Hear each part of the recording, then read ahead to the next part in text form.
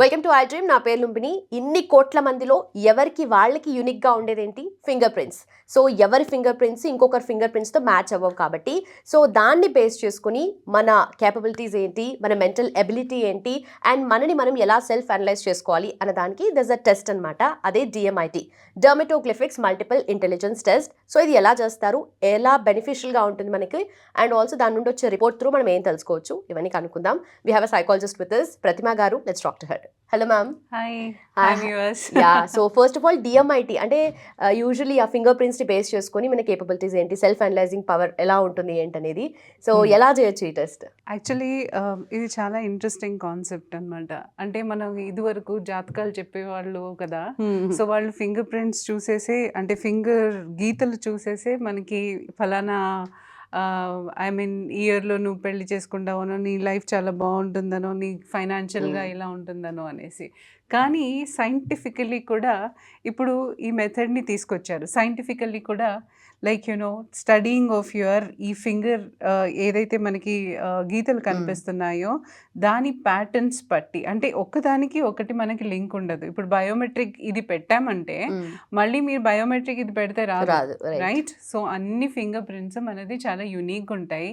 ఇంకోటి ఏంటంటే మనం పుట్టినప్పటి నుంచి ఏదైతే ఫింగర్ ప్రింట్స్ ఉంటాయో అది పెరిగిన తర్వాత కూడా సేమ్ అదే ఉంటాయి. దాంట్లో చేంజెస్ అనేది రావు. ఎక్సెప్ట్ ఏంటంటే యాక్సిడెంట్ అయి కట్ పోవడము, బర్న్ అవ్వడము, ఎక్కడో అక్కడ క్రాక్స్ ఉంటాయి తప్ప మన ఫింగర్ ప్రింట్స్ అనేది మారవు. సో దాన్ని బట్టి సో ఈ డిఎంఐటి టెస్ట్ అనేది తీశారు. So scientifically it is proven.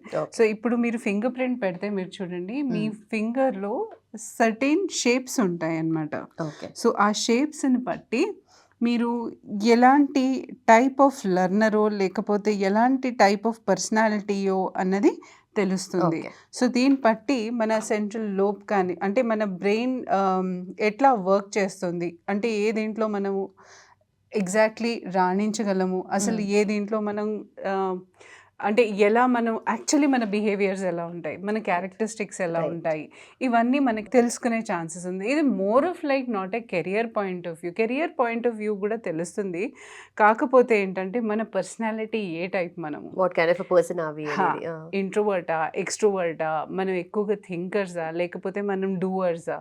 Like thinkers అని అంటే ఆలోచన ఎక్కువ కానీ పని చేయడం తక్కువ. సో డే డ్రీమింగ్ లో బతుకుతుంటాం, ఇంప్లిమెంటేషన్ ఉండదు. సో అలాంటిదే మన స్కిల్స్ ఎలా పనిచేస్తాయి, మనం ఏది యాక్చువల్గా ఎక్కువగా చేయడం ఇష్టపడతాము, అంటే కంప్లీట్ ఒక బిహేవియర్ అనాలిసిస్ అనేది మనకు చాలా క్లియర్గా ఒక రిపోర్ట్ అనేది వస్తుందన్నమాట. అది దాదాపుగా మనకు కావాల్సినంత రేంజ్లో 72 పేజెస్ కానివ్వండి, 36 పేజెస్ కానివ్వండి, అంత డీప్గా అనాలిసిస్ చేసి మనకి యాక్చువల్లీ ఏ దేంట్లో అయితే మనకు లోపాలు ఉన్నాయో దాన్ని మనం పెంచుకోవడానికి ఎలాంటి ప్రయత్నాలు చేయాలో అన్న డీటెయిల్స్ కూడా ఇస్తామన్నమాట. So this is complete picture of self. ఇంకా రైట్, మీ క్యారెక్టర్. అలాగే కొంతమంది అనుకుంటూ ఉంటారు, ఇప్పుడు మేము ఇలాంటి వాళ్ళం, మనకు వచ్చి రాబోయే పార్ట్నర్స్ ఎలా ఉండాలి, సో కాంబినేషన్ కూడా తెలుస్తుంది. ఓకే అంటే ఇక్కడ డౌట్ వచ్చేది ఏంటంటే మ్యామ్, ఫింగర్ ప్రింట్స్ ని బేస్ చేసుకుని మన మెంటల్ అబిలిటీ కానీ లేదంటే కాగ్నిటివ్ పవర్ కానీ ఎలా దానికి కనెక్షన్ ఉంటుంది అనొచ్చు? ఇప్పుడు మనము ఏదైనా సరే ఫస్ట్ ఇక్కడ టచ్ చేసినప్పుడు ఫస్ట్ మనం చేతిలో పెడతాం, రైట్?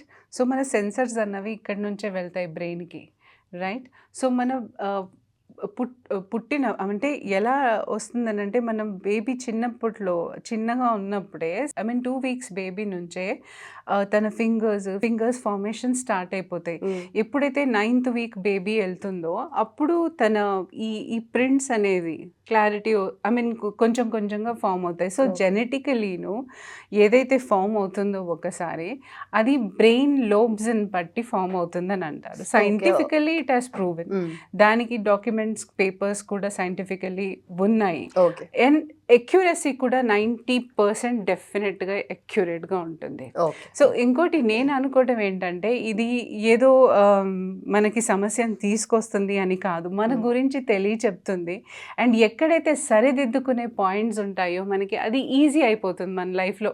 అంటే దీంట్లో నేను ఛాలెంజింగ్గా ఉన్నాను అండ్ ఈ దీంట్లో నాకు సరిగ్గా నా అవగాహన ఎక్కువ లేదు ఒక ఫీల్డ్లో అని అంటే ఆ టైంలో నేను అసలు ఏం చేసుకోవచ్చు దాన్ని ఐ మీన్ పెంచుకోవడానికి ఆ Right, స్కిల్ right. పెంచుకోవడానికి కావాల్సిన ప్రయత్నాలు ఏదైతే ఉన్నాయో సో మనకి ఏ విధంగా మన స్కిల్స్ పెంచుకోవచ్చు అని ఇప్పుడు లాజికల్ మన ఇంట్రోవర్ట్ మనం లేకపోతే చాలా ఎక్స్ట్రోవర్ట్ అంటే బయట వెళ్ళంగానే అబ్బా మింగిల్ అయిపోతాం ఇంత టైం తీసుకోం మనం సో అలాంటి క్యారెక్టర్స్ ఏదైతే మనకు స్పెషల్ క్వాలిటీస్ ఉంటాయో దాన్ని పెంచుకొని ఒక రైట్ డైరెక్షన్కి ఎలా వెళ్ళగలము అన్నది మనం తెలుసుకోవడం చాలా ఈజీ డెర్మటోగ్రఫీ Right. సో నేను తీసుకున్నాను కాబట్టి నాకు సీరియస్గా నాకున్న లోపాలు ఎలా తీర్చుకుని నేను ఎలా కరెక్ట్ చేసుకోవాలో అన్నది అర్థమైంది అండ్ ఈ పిల్లలకి ఇంకొకటి ఏంటంటే దీంట్లో పెక్యులర్ ఇప్పుడు ఆటిస్టిక్ చైల్డ్ ఉంటారు లేకపోతే హైపర్ అంటే అబ్నార్మాలిటీస్తో ఉన్న కిడ్స్కి ఫింగర్ ప్రింట్స్ రావు ఓకే.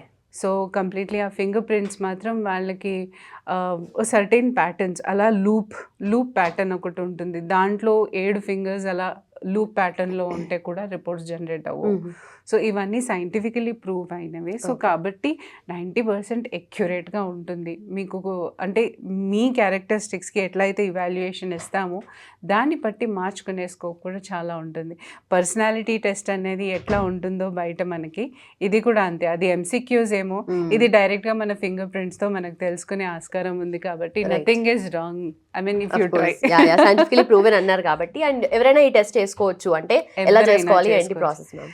అంటే ఫస్ట్ ఆఫ్ ఆల్ ఇది ఫింగర్ ప్రింట్స్తోనే స్టార్ట్ అవుతుంది కాబట్టి any centre you can approach అందులో మాకు ఇప్పుడు వెల్నెస్లో కూడా మేము పెడుతున్నాము అండ్ ఒకసారి ఫింగర్ ప్రింట్స్ ఇవ్వగానే 2 days కంప్లీట్ అనాలిసిస్ అనేది ఉంటుంది ఆ ప్యాటర్న్ని దాని తర్వాత కంప్లీట్ వాళ్ళ పిక్చర్ ఉంటుంది అండ్ దాంతోపాటు కౌన్సిలింగ్ అనేది ఇస్తాము ఓకే. ఇండివిజువల్గా కౌన్సిలింగ్ ఉంటుంది అండ్ ఫాలోఅప్స్ ఉంటాయి ఇది చేస్తున్నారా లేకపోతే వాళ్ళు ఎలా ఇంప్లిమెంట్ చేసుకుంటున్నారు అంటే వాళ్ళ వీక్నెస్ వాళ్ళ స్ట్రెంగ్త్ అంతా తెలిసిపోతుంది కాబట్టి వీక్నెస్ మీదే ఎక్కువగా వర్క్ చేసి ఓకే. వాళ్ళకి ఫర్దర్గా వాళ్ళు ఎలా డెవలప్ అవ్వాలో అన్నది చాలా హెల్ప్ఫుల్గా మేము ప్రోగ్రామ్స్ రన్ చేస్తామన్నమాట రైట్ మ్యామ్.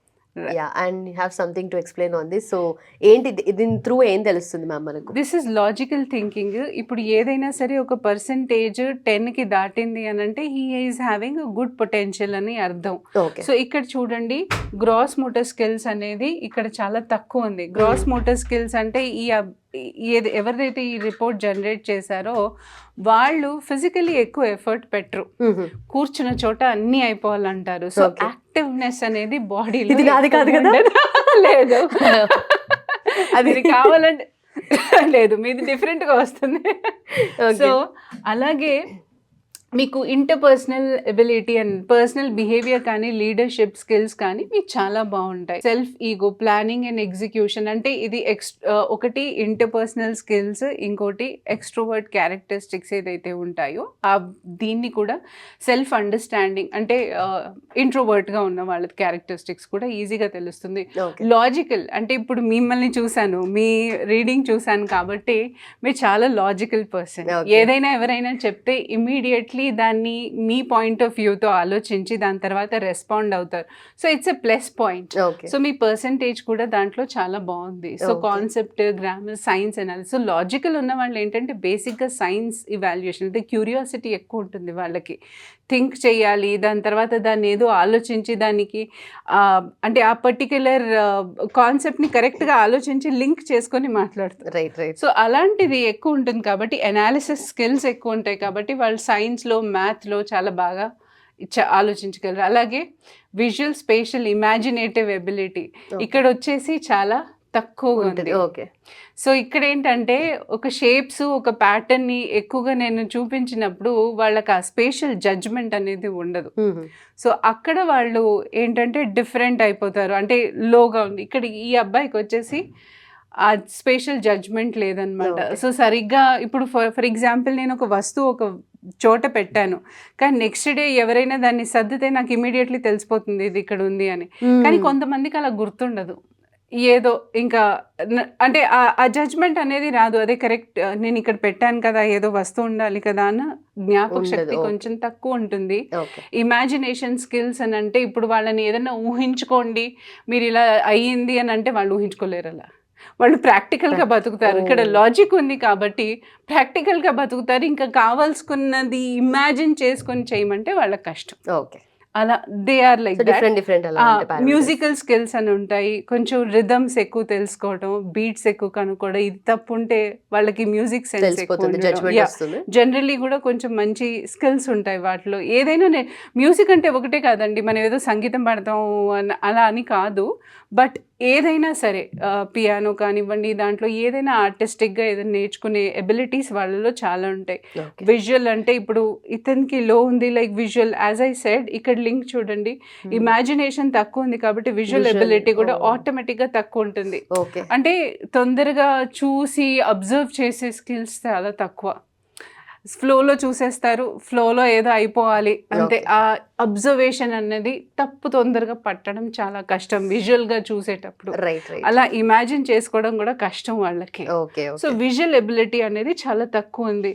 అండ్ అబ్జర్వేషన్, ఎప్పుడైతే విజువల్ ఎబిలిటీ తక్కువ ఉంటుందో ఆటోమేటిక్గా Observation కూడా అబ్జర్వేషన్ తక్కువ. అనేది చాలా తక్కువ ఉంటుంది. సో ఎక్కడ వీళ్ళు తక్కువ ఉన్నారు కాబట్టి రీడింగ్ స్కిల్స్ అనేది, అంటే అబ్జర్వ్ చేసి చదువుతాము, రీడింగ్ స్కిల్స్ ఇక్కడ చాలా తక్కువ ఉంటాయి. ఓకే.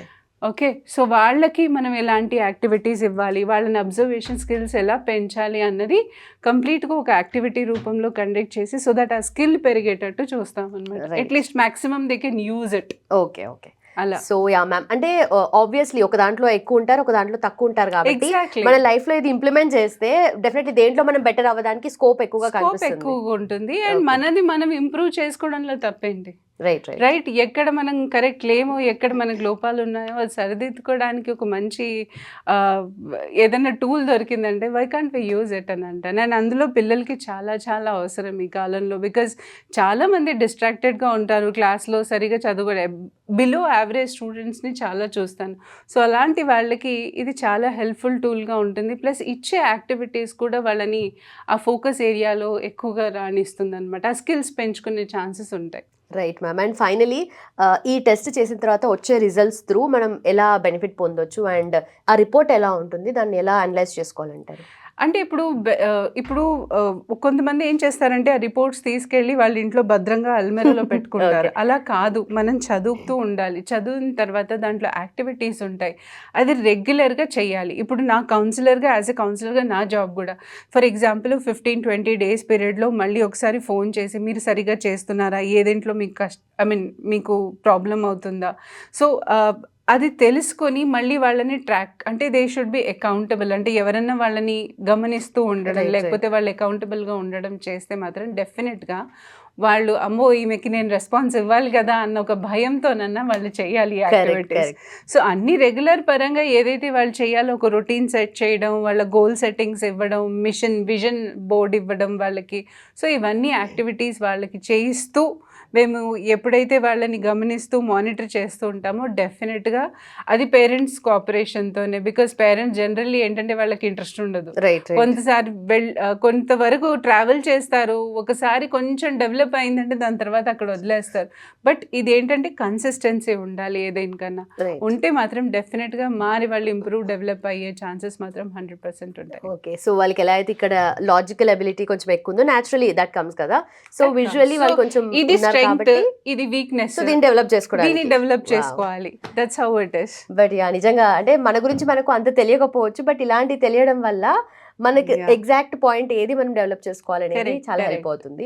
అండ్ ఫైనలీ ఈ టెస్ట్ చేసుకోవాలి అంటే ఎవరైనా ఎలా అప్రోచ్ అవ్వాలి, ఏం చేయాలి మ్యామ్? ఓకే, వాళ్ళు మమ్మల్ని పర్సనల్గా సంప్రదించవచ్చు. వాళ్ళు కాల్ చేసినప్పుడు డెఫినెట్లీ మేము అపాయింట్మెంట్ ఇస్తాము. వాళ్ళు ఫింగర్ ప్రింట్స్ తీసుకొని 2-3 days ఆగితే then the process starts. So it is very easy, very safe and don't worry. దీనికి మేము డెఫినెట్గా మేము హెల్ప్గా ఉంటాం మీకు. అండ్ ఒక 6 months పీరియడ్ దాకా మిమ్మల్ని పర్సనల్గా అబ్జర్వ్ చేయడం అనేది జరుగుతుంది. అండ్ మీరు కూడా క్లినిక్కి వచ్చి మీరు అంటే మీ డెవలప్మెంట్ ఏరియాస్ ఏదైతే ఉన్నాయో అది మాతో షేర్ చేసుకోవచ్చు.